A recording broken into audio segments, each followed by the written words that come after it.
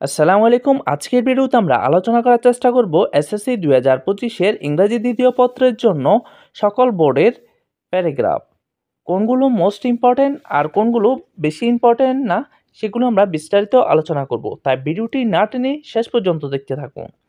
প্রথমে আমরা আলোচনা করব মোস্ট ইম্পর্টেন্ট।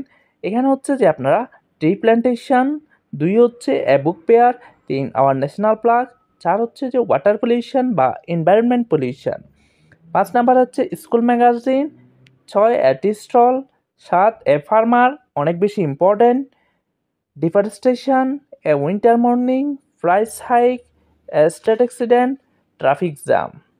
আর লেস ইম্পর্টেন্ট হচ্ছে যেগুলো আপনারা পড়ে রাখতে পারেন কারণ এগুলোও চলে আসতে পারে।